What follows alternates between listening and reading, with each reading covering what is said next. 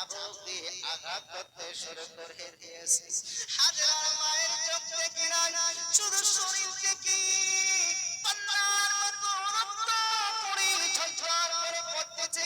হাজেরার মা জমিনের মধ্যে লুটে পড়তেছে।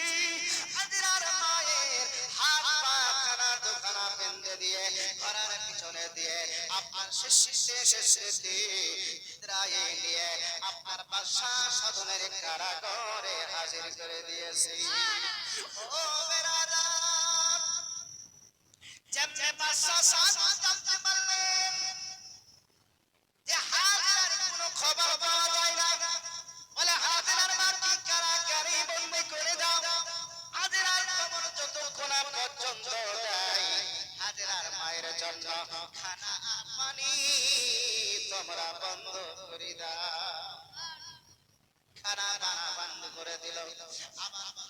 তারপরে তোমরা চাবুকের আঘাত করো, কড়া দিয়ে তাকে মারতে থাকো। ও বেরাদার ইসলাম, এইবার বেরাদার এমন ভাবে চাবুক আঘাত দিয়ে করে দিয়েছি, হাজিরার মা জমিনে লুটে বেহুশ হয়ে রক্ত বমি করে। ওইখানে হাজেরার মার মৃত্যু বরণ হয়ে যায়। পড়ে সকলে ইন্না লিল্লাহি ওয়া ইন্না ইলাইহি রাজিউন। মৃত্যুবরণ হয়ে গেল। এইদিকে হাজেরা যখন সারা রাত্রি কেটে আবার যখন সারা দিন চলে গেল, একটুখানি সূর্য ডুবন্ত হয়েছে, তবে রাত হয়েছে, হাজেরা নিজের বাড়িতে এসে দেখি মা মা করে আপনার চিল্লাই, দেখি ঘরের দরজা খানা আপনার খোলা রয়েছে। হাজেরা মা মা করে অজান মনে কেঁদে যায়, মা তুমি কোথায় কিনা। মায়ের বান্ধবী ছিল একবার প্রতিবেশী খালাম্মার বাড়িতে চলে গেছে। খালাম্মাকে জিজ্ঞাসা করে, মা তুমি আমার মাকে দেখেছো? খালা বলে, হাজেরা রে তুমি কোথা থেকে আসলি? বেশি চিল্লাগাল্লা করো না, বেশি চেঁচামেচি করো না। ওরে হাজেরা, আজকে বাদশার লোকজন এসে তোমার মাকে রক্তাক্ত করে চাবুকের আঘাত দিয়ে মারতে মারতে শেষে সাধনের দরবারে কারাগারে নিয়ে চলে গেছে। হাজিরা একটা চিৎকার দিয়ে মা মা করে কান্না করে। খালাম্মা বলে, রে হাজিরা চিল্লাইয়া কান্দো না, কান্দো না, যদি গ্রামের লোকজন টের পেয়ে যায় বাদশাহ সাধন আপনাকে ধরে নেওয়ার জন্য নিয়ে যাওয়ার জন্য পুরস্কৃত করেছে। তোমাকে ধরে নিয়ে গেলে বাদশাহ পুরস্কার দেবে। ও হাজেরা তুমি চিল্লাইও না, চিল্লাইয়ে কান্নাকাটি করো না। হাজেরা মায়ের দুঃখজনক কথা শুনে, মায়ের অত্যাচারের কথা শুনি নিজের দুঃখের কথা ভুলে গেলেন। মা হাজেরার মনে হচ্ছিল আমি গিয়ে বাদশাহ সাধনের কাছ থেকে আমার মাকে আমি রেহাই করে নিয়ে আসব। আবার কিছুক্ষণের মধ্যেই বাদশাহ সাধনের পাপীর কথা মনে পড়ে গেল।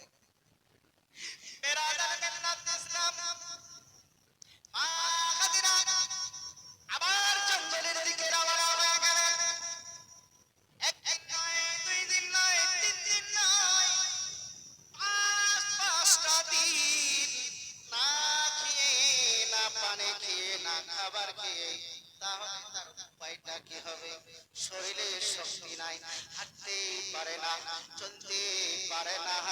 ও বেরাদার, মা হাজেরা বাজার যেতে মুখের তৃষ্ণায় খাবার নাই, তো জঙ্গলের পাতাগুলো ছিঁড়ে ছিঁড়ে ছিঁড়ে খাইতো। আমার একদিন থেকে দুই দিন ভুকে থাকতে পারবো না, আমার আপনার গায়ে শক্তি হবে না। মা হাজেরার আল্লাহ পাক কিরূপ ভাবে পরীক্ষায় ইমতিহান নিয়েছিলেন। মা হাজেরা খিদা লাগলে ওই গাছের পাতা ছিঁড়ে ছিঁড়ে খাইতে। মা হাজেরা চলতে পারে না, ফিরতে পারে না, গায়ে শক্তি নেই। যখন বড় একটি গাছে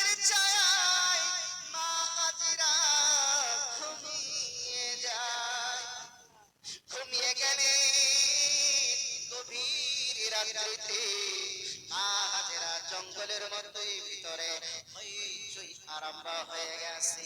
বনের পাখিরা কিচিমিচি করে উড়ে যায়, জঙ্গলের জানোয়ারেরা এই দিক থেকে ওই দিকে ছুটাছুটি করতেছি। মা কাদিরা শব্দ শুনি হৃদয় খানা কেঁপে ওঠে, শরীর খানা কেঁপে ওঠে। আর ইতিমধ্যেই বাদশা সামনের লোকজন উজির ইমরান ওই জঙ্গলে প্রবেশ করে। আর একটা সিপাহী আপনার বলতেছে ওই তো হাজেরা দেখা যায়, ওই তো হাজেরা দেখা যায়। এই বলে সকল সিপাহীরা হাসতে আরম্ভ করেছে। মা হাজেরা ডর ভয়ে বেকুল হয়ে গেছে, নিরুপায় হয়ে গেছে। গায়ে তো শক্তি নাই, পেলে দেখা পেলে আমাকে এখনই ধরে নেবে। আমি কি করব? আল্লাহ আল্লাহকে ডাক দেয়, ও রব্বুল আলামিন তুমি কি আমার মান সম্মান ইজ্জতের রক্ষা করবে না? আল্লাহ পাকের দরবারে মা কাদিরা এই দোয়া কবুল হয়ে গেছে। বাদশার লোকজন উজির ইমরান সিপাহী মা হাজরাকে আপনার ধরতে যাবে বলে আগিয়েছেন। যেমনি এক থেকে দুই পায়ে উঠাচ্ছেন ধরার জন্য, এমনি সকল সিপাহীর আপনার পা জমিনের মতো চুমুকের মতো লেগে আছে, চুমুকের মতো লেগে আছে। আল্লাহ ইজ্জত দেনে वाला, আল্লাহ ইজ্জত বাঁচানে वाला, ও তো ইজ্জত বাঁচা, ও তো জিল্লত বাঁচা। ইজ্জত দেনে वाला আল্লাহ, ইজ্জত লেনে वाला আল্লাহ, জিল্লতের মালিক আল্লাহ। এ বেরাদার মিল্লাত ইসলাম, শুধু আপনাকে আমাকে সব থেকে প্রতীক হলে ইজ্জত রক্ষা করবেন আমার আল্লাহ। জোরে বলো সুবহানাল্লাহ। হাজেরাকে ধরবে, আগে যাইতেছেন সিপাহীর পা জমিনের মধ্যে চুমচুমের মতো লেগে গেছে, চলার শক্তি নাই, চলতে পারে না। মা হাজেরা গায়ে একটু শক্তি পেলে এক পা দু পা করে মা হাজেরা বেরিয়ে চলে গেছে। এইদিকে সিপাহী একটু শক্তি পেয়ে জমিন থেকে পা সরালেন, হাজেরাকে ধরতে যাবেন। হাজেরা জঙ্গল পেরিয়ে নদীর নীল নদীর তীরে মা হাজেরা ঝাঁপ দিয়ে দিয়েছে। হাজেরা ইজ্জত রক্ষা করবে, গভীর সাগরী ঢেউ দেখে আবার ঢেউ থেকে আমরা পড়ে যাই, তো কিনারায় পারে গো এরকম পারবো না।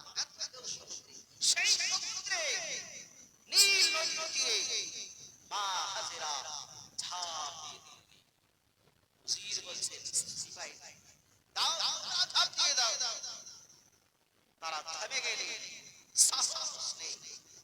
ইমরান বলছে একটা মেয়ে হয়ে সমুদ্রের ঢেউয়ের মধ্যে আপনার কি বলে ঝাঁপ দিতে পারলো, আর তোমরা পুরুষ হয়ে কাপুরুষ হয়ে গেছো, তোমরা ঝাঁপ দিতে পারছো না।